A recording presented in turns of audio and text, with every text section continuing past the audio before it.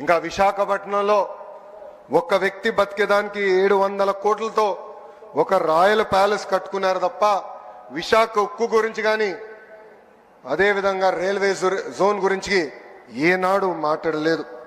5 ఏళ్ళు అరాచక పాలన ప్రజలు చూశారు. ఏకంగా దళితుల్ని చంపి డోర్ డెలివరీలు చేసిన రోజులు ప్రజలు చూశారు. కోవిడ్ సమయంలో మాస్క్ అడిగినందుకు ఒక డాక్టర్ని ఎంత కిరాతకంగా చంపారో ప్రజలు చూశారు. అక్కని వేధించాడని కంప్లైంట్ చేసిన ఒక అమర్నాథ్ గౌడ్ని ఏకంగా పెట్రోల్ పోసి తగలబెట్టి చంపేసిన రోజులు ప్రజలు చూశారు.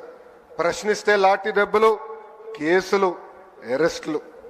ఇంకా విధ్వంస పాలనపై ప్రజలు తిరుగుబాటు చేశారు.